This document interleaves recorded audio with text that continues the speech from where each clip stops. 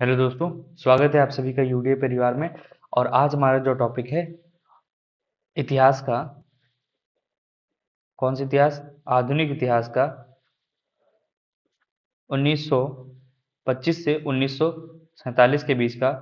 ये आज हम टाइमलाइन देखेंगे और ये स्पेशली यूपी पेट के लिए डिजाइन है। यूपी पेट के लिए ये टॉपिक डिजाइन है, ठीक है। इसमें सारी चीजें इंक्लूड की गई हैं जो आपके परीक्षा के लिए बहुत एक महत्वपूर्ण हैं। उन सब चीजों को इसमें कवर किया गया है, ठीक है। चलिए तो आगे बढ़ते हैं हम। एक चीज़ और मैं बता दूं, आगे बढ़ने से पहले जिन लोगों ने चैनल को सब्सक्राइब नहीं किया और जो लोग इस चैनल पे नए हैं, इस चैनल को सब्सक्राइब करें, शेयर करें और ज़्यादा से ज़्यादा लाइक करें, ठीक है। बेल आइकन प्रेस करें जिससे आपको क्लास की नोटिफिकेशन भी समय समय पर मिल जाए। दिन में 3 क्लासेस होती हैं जिसमें एक हिस्ट्री भी चल रही है, साथ में एक पॉलिटी की क्लास है और अब साइंस की भी क्लास आपको मिल रही है लगातार। और ये सब यूपी पेट स्पेशल है, ठीक है। इसके साथ साथ में हर दूसरे तीसरे दिन एक करंट अफेयर की वीडियो आती है। और करंट अफेयर्स में अभी तक हमने कंप्लीट कर लिया है फरवरी, हमने जून पूरा कंप्लीट कर लिया है, जुलाई कर लिया है। जून, जुलाई और मार्च हमने ये 3 महीने पूरी तरीके से कंप्लीट कर लिए हैं। इसके अलावा अप्रैल का हमने क्लासेस कंप्लीट कर लिए, अप्रैल भी आपका कंप्लीट हो चुका है। तो देखिए आपको लगभग 4 मंथ्स का क्लासेस हो चुके हैं। मई के लिए टॉप 200 आपको जल्दी ही मिल जाएगा, ठीक है। तो चलिए आगे बढ़ते हैं।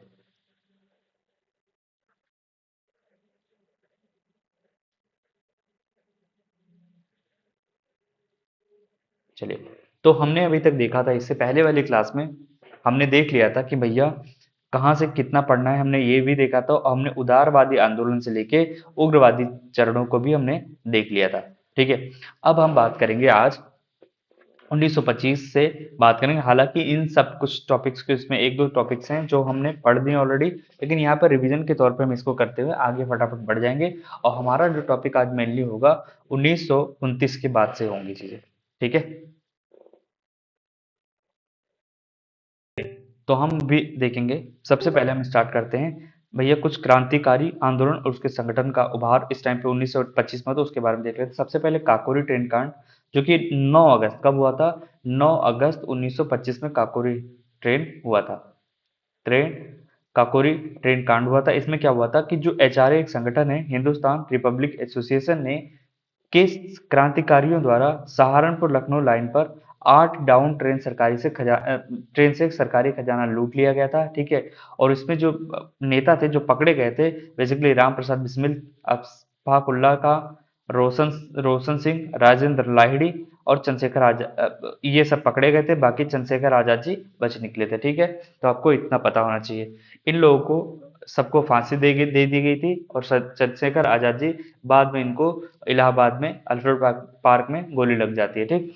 तो अगर मैं बात करूं इन लोगों के जो जिसको फांसी दी गई थी, बिस्मिल जी को, अशफाक उल्ला का को, रोशन सिंह को और राजेंद्र लाहिड़ी जी को फांसी जो हुई थी, अलग अलग शहरों में थी। और ये नाम आपको पता होना चाहिए। जैसे गोरखपुर से बिस्मिल जी, राम प्रसाद बिस्मिल जी को गोरखपुर में फांसी दी गई थी, अशफाक जी को फैजाबाद में और रोशन सिंह को नैनी, इलाहाबाद नैनी में, और राजेंद्र लाहिड़ी जी को गोंडा में फांसी दी गई थी। तो आपको पता होना चाहिए राजेंद्र लाहिड़ी गोंडा, रोशन सिंह इलाहाबाद नैनी, इलाहाबाद में नाम रोशन किया, ऐसे याद कर लो, ठीक है। अशफाक को फैजाबाद, ठीक है। बिस्मिल को गोरखपुर, ये से आपको पता होना चाहिए। ये स्थल पूछे जाते हैं एग्जाम में, ठीक। अगला, उसके बाद कानपुर अधिवेशन हुआ 1925 में। तो भैया इस ये इंपॉर्टेंट इसलिए है क्योंकि इस अधिवेशन की अध्यक्षता श्रीमती सरोजनी नायडू ने अध्यक्षता की थी। वह प्रथम भारतीय महिला थी। कब? प्रथम भारतीय महिला। इससे पहले आपने देखा होगा एनी बेसेंट महिला अध्यक्ष कर चुकी हैं, यानी ये प्रथम भारतीय महिला थी। इससे पहले पहली महिला के रूप में एनी बेसेंट क्या है, कांग्रेस की अध्यक्षता कर चुके हैं। इसी टाइम पीरियड में अगर मैं बात करूं तो सितंबर 1925 में के बी हेडगेवार द्वारा नागपुर में आरएसएस, ठीक है, आरएसएस राष्ट्रीय स्वयंसेवक संघ की स्थापना की गई थी।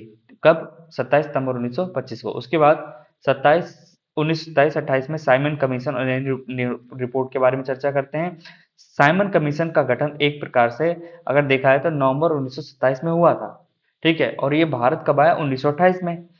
क्यों हुआ था? इसका कारण क्या? 1919 के जो मांटेंची चेम्सफोर्ड सुधारों की समीक्षा मतलब जो सुधार ये आया था, मॉन्टेग्यू चेम्सफोर्ड सुधारों के बारे में चर्चा की थी, उसी की समीक्षा के लिए साइमन कमीशन भारत आ रहा था। ठीक है, और भारत में इसका काफी विरोध हुआ। उस विरोध का कारण था कि इसमें जो 7 सदस्य थे ना, वो सभी के सभी क्या थे, अंग्रेज थे। ठीक है, अंग्रेजों के कारण इसका काफी ज्यादा भारत में विरोध हुआ और साइमन गो बैक के नारे भी लगाए गए। इसी में एक व्यक्ति हैं जिनका जिनकी लाठी लगने से मृत्यु हो जाती है, वो व्यक्ति हैं लाला लाजपत राय जी। लाला लाजपत राय जी की मृत्यु हो जाती है। ठीक है, लाहौर में। ठीक है, कहाँ पे, लाहौर में इनकी डेथ हो जाती है। उसके बाद भैया अगला टाइमलाइन जब आता है तो भैया नेहरू रिपोर्ट के बारे में चर्चा होती है। नेहरू रिपोर्ट क्या है, अगस्त में आया था, अगस्त 1928 में नेहरू रिपोर्ट। एक्चुअली अंग्रेजों ने जो चुनौती दी थी, क्या बोला था कि भारतीय लोग अपने लिए एक संविधान नहीं बना सकते हैं। ठीक है, चैलेंज दिया था। इसी चैलेंज को पूरा करते हुए मोतीलाल नेहरू जो कि इसके अध्यक्ष थे, और जवाहरलाल नेहरू जो कि क्या थे, सचिव थे। किसके, नेहरू रिपोर्ट जो आया था उसके लिए एक जो कमेटी बनी थी, एक प्रकार से बोल सकते हैं कि उसकी अध्यक्षता की थी मोतीलाल नेहरू ने, और सचिव थे जवाहरलाल नेहरू। ठीक है, ठीक है, और इसमें प्रमुख मांगे क्या थी, तो नेहरू रिपोर्ट कब आया था, 1928 में। इसके अध्यक्ष थे मोतीलाल नेहरू, सचिव आपको पता चल गया जवाहरलाल नेहरू, और मुख्य मांगे थी भारत के लिए डोमिनियन स्टेट, क्या है, अधिराज्य की। भारत के लिए डोमिनियन स्टेट यानी अधिराज्य की मांग कर रहे थे, और साथ ही साथ मौलिक अधिकारों के बारे में इसमें चर्चा थी, और भाषाई आधार पर प्रांतों के गठन के बारे में भी इसमें चर्चा थी। ठीक हो गया, इतना आपको पता चल गया। तो आपको पहली बार मौलिक अधिकार किसमें आया था, नेहरू रिपोर्ट में आया था। नेहरू रिपोर्ट में डोमिनियन स्टेट, नेहरू रिपोर्ट में किसकी बात हुई थी, डोमिनियन स्टेट की बात हुई थी। ठीक है, इसके जवाब में बाद में क्या हुआ, जिन्ना भी आ गए। जिन्ना भी इसके जवाब में यानी इसके खिलाफ खड़े हुए, क्या लेके आए जिन्ना भाई, जिन्ना आए थे। इसके जवाब में मोहम्मद अली जिन्ना ने 14 सूत्री मांगे पेश की थी। तो 14 सूत्री मांग किसके द्वारा पेश की थी, जिन्ना के द्वारा। किसके जवाब में, नेहरू रिपोर्ट के जवाब में। इतना क्लियर हो गया। उसके बाद बारदोली सत्याग्रह होता है, कब, 1928 में, अक्टूबर की घटना है 1928 में। वल्लभ भाई पटेल ने गुजरात के बारदोली में बड़े लगान के खिलाफ यह आंदोलन किया था, बारदोली सत्याग्रह। सफल आंदोलन हुआ। सफल आंदोलन के बाद जब यह आंदोलन सफल हो गया, वहां की महिलाओं ने उन्हें सरदार की उपाधि दी थी। कब, 1928 में। इतना क्लियर हो गया आप लोगों को। चलिए, अब हम एक बात करते हैं, एक और संगठन बनता है HSRA। सितंबर 1928 में इसकी स्थापना होती है। ठीक है, ठीक है, चंद्रशेखर आजाद और भगत सिंह ने दिल्ली के फिरोज शाह कोटला में हिंदुस्तान सोशलिस्ट रिपब्लिकन एसोसिएशन का गठन किया था। ठीक है, इसमें सिर्फ एचआरए जो था पहले, एचआरए इससे पहले जो बना था उसमें सिर्फ सोशलिस्ट शब्द जोड़ा गया था। ठीक है, तो क्या हो गया था, हिंदुस्तान सोशलिस्ट रिपब्लिकन एसोसिएशन यह हो गया था। ठीक है, कब हुआ था, एचएसआरए की स्थापना सितंबर 1928 में। यह आपको पता होना चाहिए। इतना क्लियर है सर, आगे बढ़े।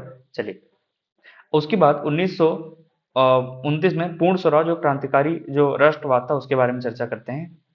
ठीक है, चलिए, 1929 में अगर हम देखें, ये लाहौर षड्यंत्र केस और सारनाथ की हत्या कब हुई थी, ये इसको क्या हुआ था कि जो लाला लाजपत राय की मृत्यु का बदला लेने के लिए भगत सिंह, राजगुरु और सुखदेव ने जेपी सैंडर्स की हत्या कर दी थी। ठीक है, इसको गोली मारकर इसकी हत्या कर दी, किसकी, सैंडर्स की। तो आपको इतना पता होना चाहिए, ये सैंडर्स कौन था, इसने ही लाला लाजपत राय की लाठी चलवाई थी इसके ऊपर, लाला लाजपत राय के ऊपर। ठीक है, तो आपको पता चल गया ये।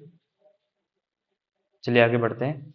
केंद्रीय विधानसभा बम कांड 8 अप्रैल 1929 को हुआ था। क्या, केंद्रीय विधानसभा बम कांड किसने किया था ऐसा, भगत सिंह और बटुकेश्वर दत्त ने पब्लिक सेफ्टी बिल और ट्रेड डिस्प्यूटेबल बिल के विरोध में खाली बेंचों पर बम फेंका था। उद्देश्य था किसी की जान नहीं लेना बल्कि बहरों को सुनाने, सरकार जो उसमें सुन नहीं रही थी उनको सुनाने का काम इन्होंने किया था। ठीक है, उसके बाद जतिन दास की शहादत होती है। क्या होता है, जेल में राजनीतिक कैदी का दर्जा पाने के लिए 63 दिनों की भूख हड़ताल के दौरान किनकी मृत्यु हो गई थी, जतिन दास की मृत्यु हो गई थी। कब, 1900 सितंबर 1929 में। ठीक है, इतना आपको पता होना चाहिए। उसके बाद कांग्रेस का जो लाहौर अधिवेशन हुआ दिसंबर 1929 में, इसकी अध्यक्षता की थी जवाहरलाल नेहरू ने। ठीक है, ऐतिहासिक निर्णय क्या रहा कि भैया यहाँ पे पूर्ण स्वराज, अभी आपने देखा था कि जो नेहरू रिपोर्ट थी, नेहरू रिपोर्ट में क्या मांगा था इन्होंने, दिखाता हूँ फिर से आप लोगों को क्या मांगा था।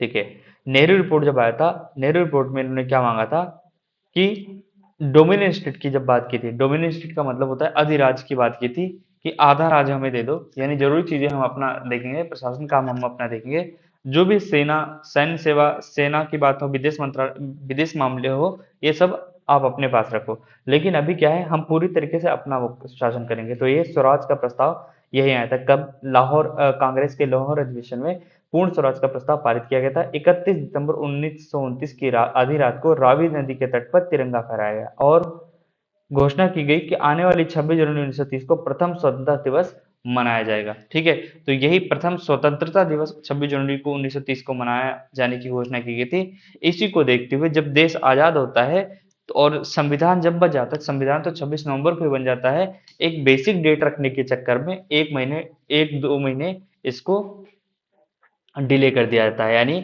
26 नवंबर से 26 दिसंबर और 26 जनवरी को 2 महीने बाद इसको प्रॉपर तरीके से संविधान लागू किया गया और तब से 26 जनवरी को स्वतंत्रता दिवस के रूप में नहीं, गणतंत्र दिवस के रूप में मनाया जाने लगा। ठीक हो गया इतना। चलिए आगे बढ़ते हैं। 1930 से 34 तक का टाइम पीरियड है। सविनय अवज्ञा आंदोलन और गोलमेज सम्मेलन यहाँ पे चलेगा।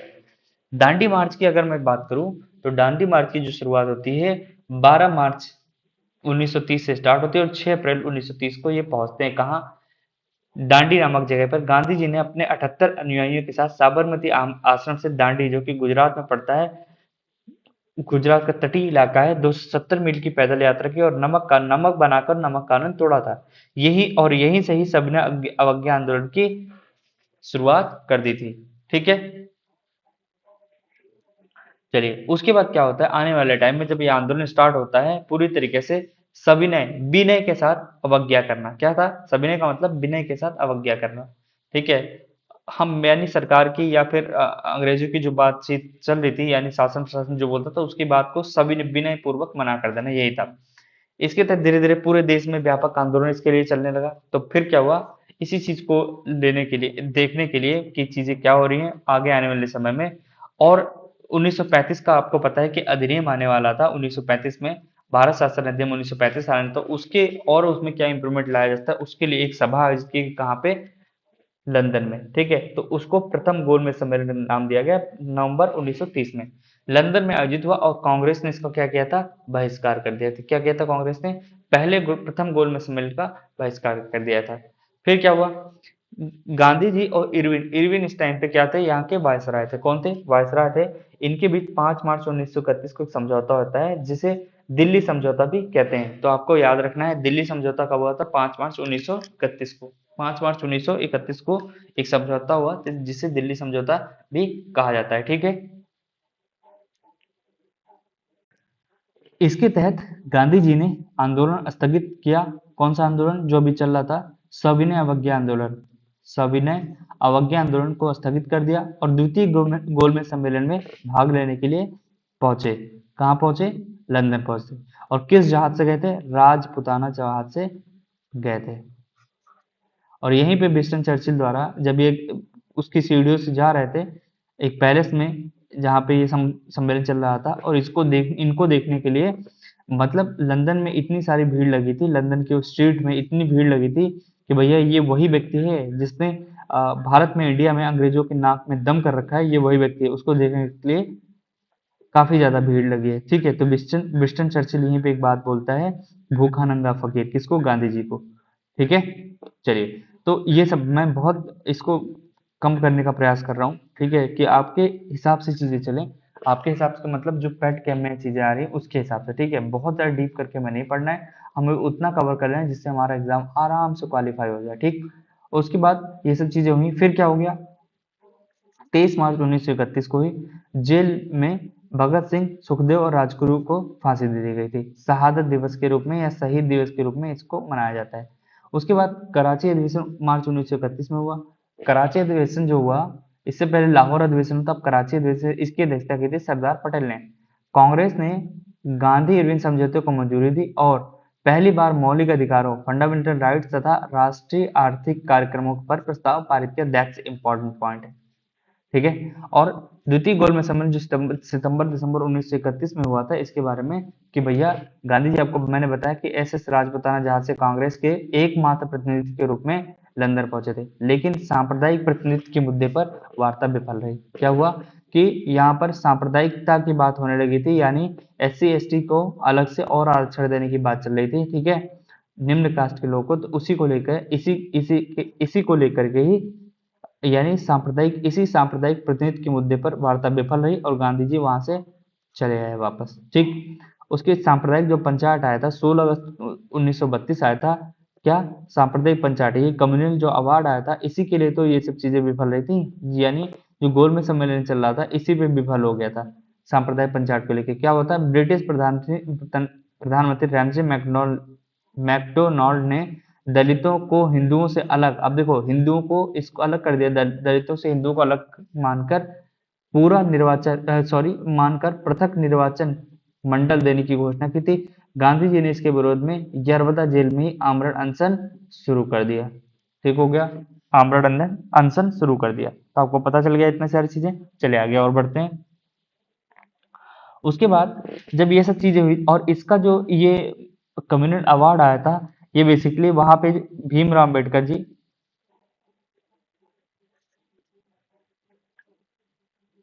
इन्होंने तीनों सम्मेलनों में भाग लिया था। क्या था, इन्होंने तीनों सम्मेलनों में भाग लिया था। उसी के तहत सांप्रदायिक पंचायत जारी किया गया था। अब क्या हो गया, जब गांधी जी इसके विरोध में हो गए, गांधी जी विरोध में जब आ गए तो फिर क्या हुआ, पूना पैक्ट होता है किसके किसके बीच में, मदन मोहन मालवीय के प्रयासों से गांधी जी और डॉक्टर BR अम्बेडकर के बीच में समझौता हुआ।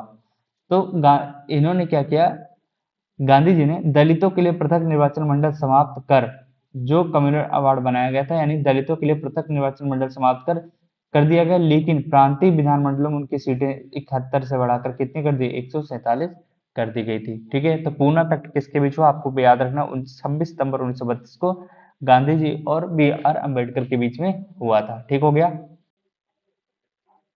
चलिए उसके बाद आगे क्या होता है, 1935 से 39 के बीच में संवैधानिक विकास और प्रांतीय सरकारों के बारे में चर्चा करेंगे। तो आपको पता होना चाहिए कि इसी दौरान 1935 में ये गोलमेज सम्मेलन चल ही रहा था 1935 के अधिनियम के लिए। तो भारत सरकार अधिनियम 1935 आता है उसी दौरान, ठीक है। इसमें मुख्य विशेषताएं क्या है, प्रांतों में द्वैध शासन को समाप्त कर दिया गया। क्या हुआ था, मैंने ऑलरेडी इससे पहले जब हम संवैधानिक विकास पढ़े उसमें मैंने इसको बताया था कि प्रांतों में द्वैध शासन समाप्त कर दिया गया, प्रांतीय स्वायत्ता यानी प्रोविजनल ऑटोनॉमी लागू की गई, प्रांतीय स्वायत्ता की स्थापना की गई थी, ठीक है, ठीक है। और साथ ही साथ केंद्र में वैध शासन का प्रस्ताव आया और एक संघीय न्यायालय की स्थापना की गई, साथ ही साथ एक RBI की भी स्थापना की रूपरेखा तैयार कर दी गई थी। यह हमारे वर्तमान संविधान का सबसे बड़ा स्रोत है, कौन, 1935 का अधिनियम, भारत सरकार अधिनियम या भारत शासन अधिनियम, ठीक है। ये बहुत बड़ा स्रोत है हमारी संविधान का, तो ये भी पता होना चाहिए। उसके बाद 1937 में क्या हुआ, प्रांतों में चुनाव हुए। जब प्रांतों में चुनाव हुए तो क्या होता है, 11 में से 5 प्रांतों में कांग्रेस को पूर्ण बहुमत मिला। कौन कौन से, बिहार, उड़ीसा, मध्य प्रांत, मद्रास, संयुक्त प्रांत जिसे यूपी कहता है। बाद में कुल 8 प्रांतों में, 5 में तो उनको पूर्ण बहुमत मिला था, लेकिन इन्होंने 8 राज्यों में, ठीक है, 8 प्रांतों में बहुमत के साथ सरकारें बनाई, ठीक है, यानी गठबंधन करके सरकारें बनाई इन्होंने, ठीक हो गया। उसके बाद क्या होता है, 1939 के बाद जब से त्रिपुरी संकट आ जाता है। क्या है त्रिपुरी संकट भैया, त्रिपुरी संकट एक बेसिकली क्या होता है कि सुभाष चंद्र बोस ने गांधी जी के उम्मीदवार पट्टाभी सीतारामैया को हराकर दोबारा अध्यक्ष पद जीता था, ठीक है।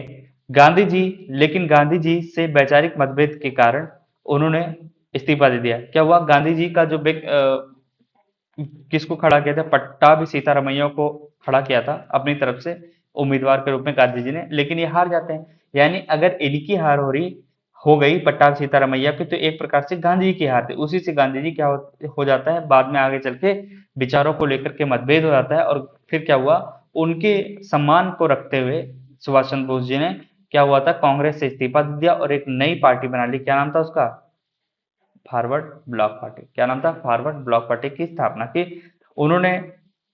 उनके इस्तीफे के बाद डॉक्टर राजेंद्र प्रसाद क्या बने थे, अध्यक्ष बने थे, किसके, कांग्रेस का जो अधिवेशन चल रहा था उसके, ठीक हो गया।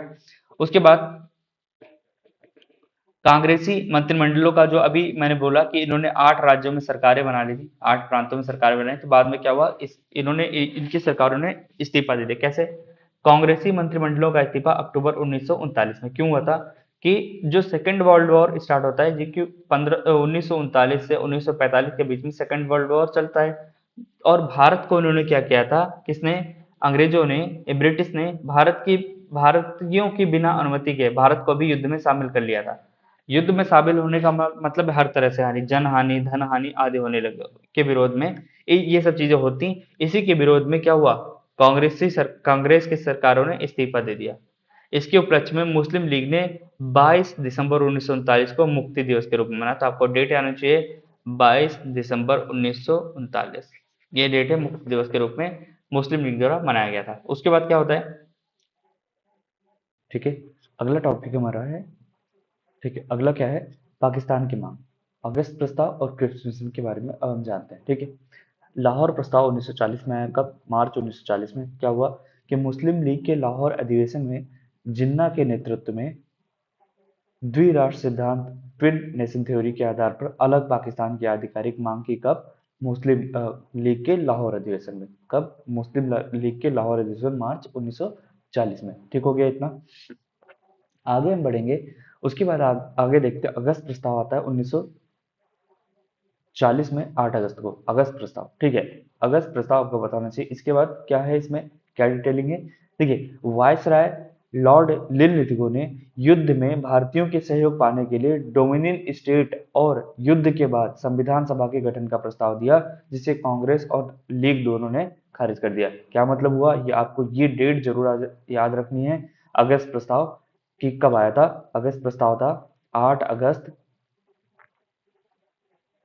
8 अगस्त 1940 को, ठीक है। 8 अगस्त 1940 को जो भारत के तत्कालीन वायसराय थे लॉर्ड लिनलिथगो ने युद्ध में भारतीयों का सहयोग मांगा।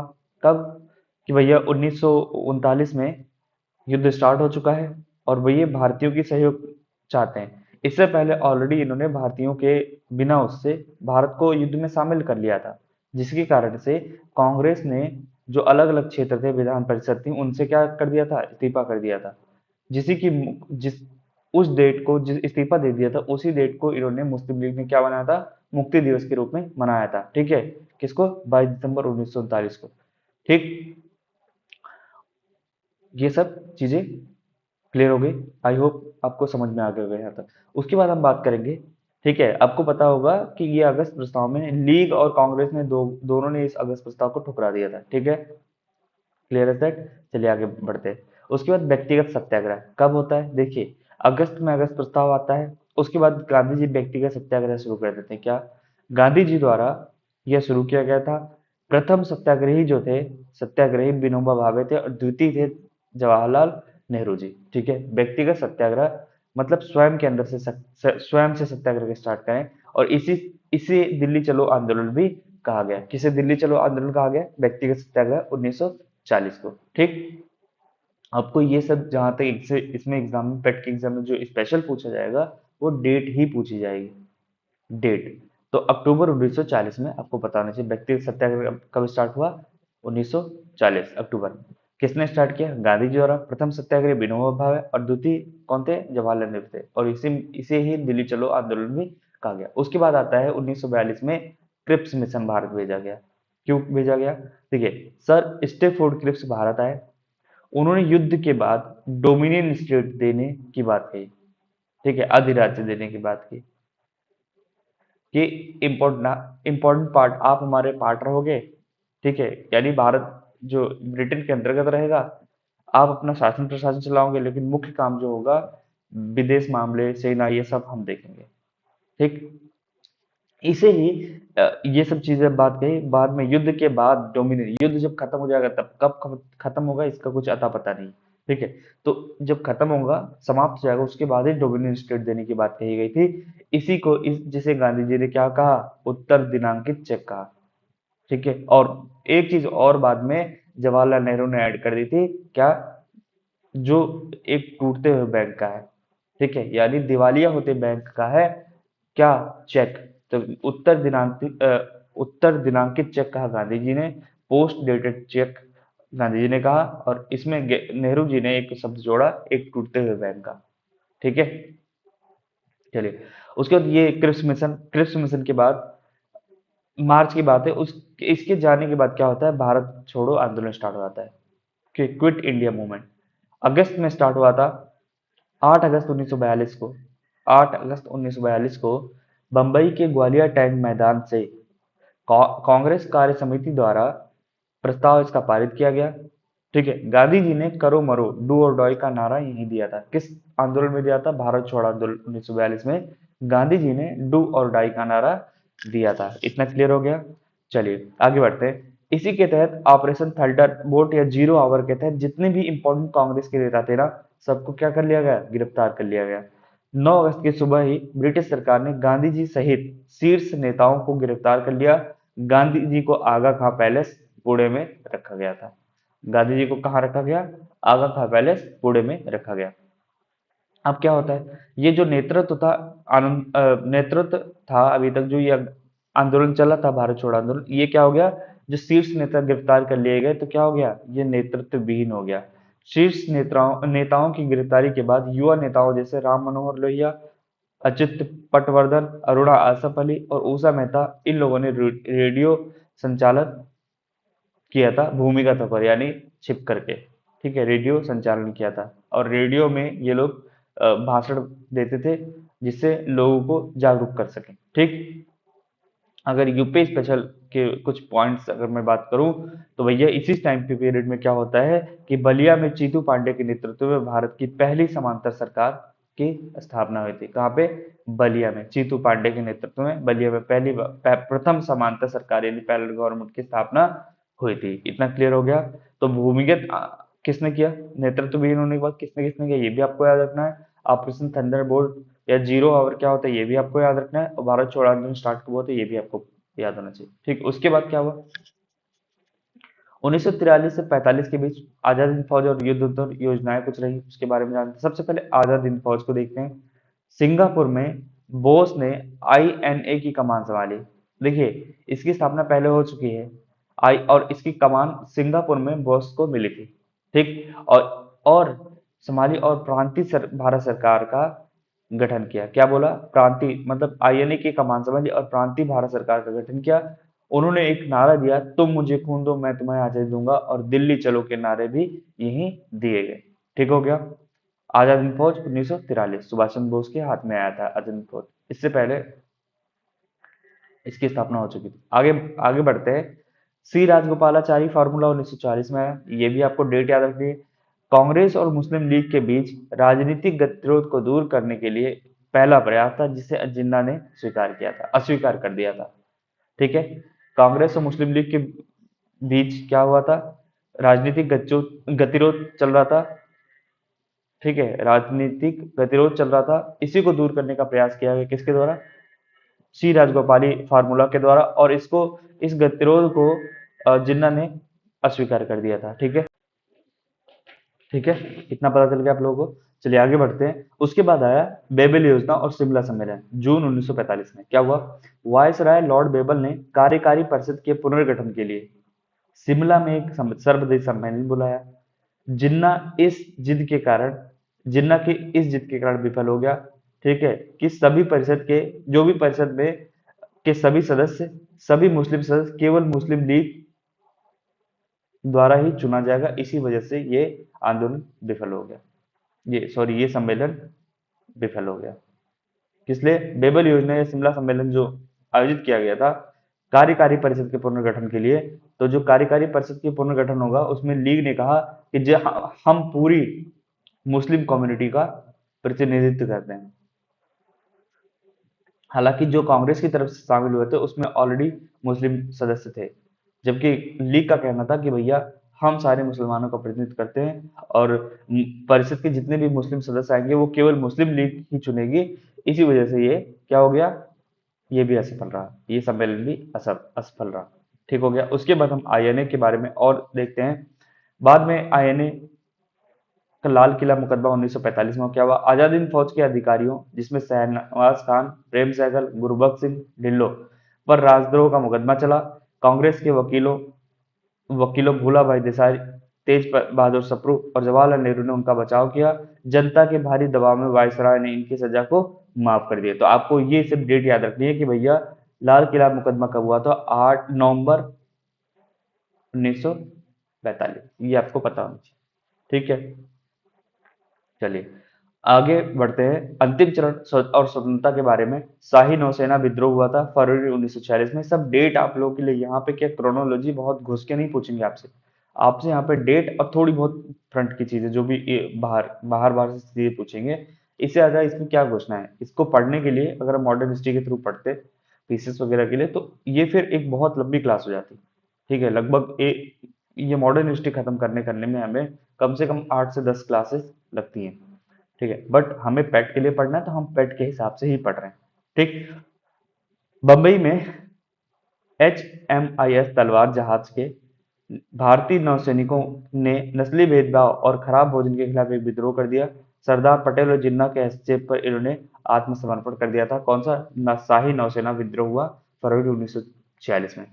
आपको पता चल गया किस जहाज पे, पहले नाम पता होना चाहिए, क्यों किया था ये भी पता होना चाहिए। ठीक है, नस्ली भेद के भाव के कारण, यानी जो यूरोपियंस थे उनको अलग कुछ खाने पीने से लेकर अलग सुख सुविधाएं मिलती थी, भारतीयों को अलग मिलती थी, इसी वजह से। उसके बाद कैबिनेट मिशन 19 मार्च 1946 में आया। इसके सदस्य थे पैट्रिक लॉरेंस, अध्यक्ष थे sir Stafford Cripps, AVJ Alexander, अन्य लोग थे। और इसका मतलब सिफारिशें क्या है, पाकिस्तान की मांग खारिज कर दिया, एक ढीले ढाले संघ का प्रस्ताव इन्होंने दिया और भारत के लिए संविधान सभा के गठन की रूपरेखा तय की। तो एक एग्जाम पॉइंट आपके ये याद रखना है आपको कि किस मिशन के तहत भारत में संविधान सभा के गठन किया गया, तो कैबिनेट मिशन 1946। बस इतना आपको याद रखना है। ठीक हो गया। उसके बाद प्रत्यक्ष कार्यवाही दिवस क्या होता है, 16 अगस्त 1946 को प्रत्यक्ष कार्यवाही दिवस मनाया गया। इसका रीजन क्या था, कैबिनेट मिशन से असंतुष्ट होकर मुस्लिम लीग ने अलग देश के लिए एक हिंसक रास्ता अपनाया, जिससे देश भर में विशेषकर कोलकाता और नोआखाली में भीषण सांप्रदायिक क्या हुए थे, दंगे हुए थे। ठीक है, प्रत्यक्ष कार्यवाही दिवस के रूप में 16 अगस्त 1946 को। ठीक, अंतरिम सरकार का गठन क्या हुआ, 2 सितंबर 1946 को जवाहरलाल नेहरू के नेतृत्व में अंतरिम सरकार बनी। प्रारंभ में लीग शामिल नहीं हुई, लेकिन बाद में अक्टूबर में इसमें शामिल हुई थी। लियाकत अली खान को वित्त मंत्री बनाया गया था। कौन था, लियाकत अली खान वित्त मंत्री था। और बाद में जब पाकिस्तान बनता है तो ये लोग इस मंत्रिमंडल से अपना इस्तीफा कर देते हैं। ठीक, उसके बाद एटली की घोषणा क्या हुई, 20 फरवरी 1947 को ब्रिटिश प्रधानमंत्री क्लीमेंट एटली ने घोषणा की कि ब्रिटिश सरकार जून 1948 से पहले भारतीयों को सत्ता सौंप देगी। इसी के तहत क्या हुआ, 3 जून को माउंटबेटन योजना है, 3 जून को आया ये योजना। माउंटबेटन के तहत लॉर्ड माउंटबेटन ने भारत के विभाजन और पाकिस्तान के रूप में 2 डोमिनियन स्टेट बनाने की अंतिम योजना प्रस्तुत की। भारत की सीमाओं के निर्धारण के लिए रेड क्लिफ आयोग का गठन भी किया। तो इसी के तहत क्या होता है, भारत और पाकिस्तान के बीच एक सीमा रेखा बाउंड्री को किस नाम से जाना जाता है, रेड क्लिफ के नाम से जाना जाता है। ठीक, रेड क्लिफ आयोग।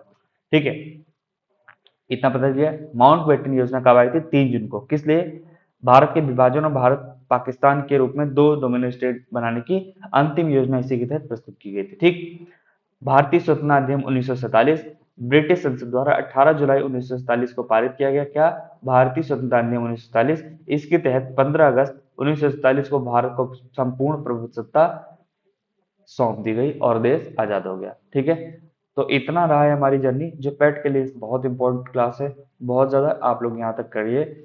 इसके बाद और भी चीजों को हम एमसीक्यू माध्यम से, अब 2 क्लासेस 3 क्लासेस इस पे 40-40 30-30 क्वेश्चन करके हम इस पे एमसीक्यू कर लेंगे, और ये टॉपिक पूरे तरीके से, और एमसीक्यू जो होगा बहुत अच्छे लेवल का होगा। ठीक है, उसमें हर एक पॉइंट जो छूटा होगा, सब हर एक पॉइंट को कवर करते हुए इसको हम आगे कंप्लीट कर लेंगे। वैसे सब कुछ हम कंप्लीट कर चुके हैं पेट के हिसाब से। ठीक है, ये मॉडर्न हिस्ट्री आपकी लगभग खत्म हो चुकी है। इस पे और भी जो चीजें मैं चेक कर लूंगा एक बार, क्या क्या चीजें छूटी हुई है, उसके तहत हम एमसीक्यू 2 क्लासेस में एमसीक्यू का खत्म करेंगे। और एमसीक्यू का लेवल 1 लाइनर टाइप में नहीं होगा कि नहीं सीधे देखा और टिक के, नहीं, उसको हम 1-2 पैराग्राफ में करके अच्छे लेवल का करके, जिसके तहत उस टॉपिक को हम पूरे बेहतरीन ढंग से खत्म कर लेंगे। अब इसी के साथ 1 से 2 दिन में, दो, मतलब मैंने यही सोचा है कि 5 दिन में पूरी हिस्ट्री जो हमने पढ़ी है अभी तक उसको पूरा रिवाइज करके ये टॉपिक अपना कंप्लीट करके अपने बस्ते में रख लेते हैं। अब कब हम पढ़े, एग्जाम टाइम में हम इसको निकालेंगे अपने बस्ते से। ठीक, इतना हमारे पास होना चाहिए। ठीक है, तो आज की क्लास के लिए इतना ही। Thank you so much. जय हिंद।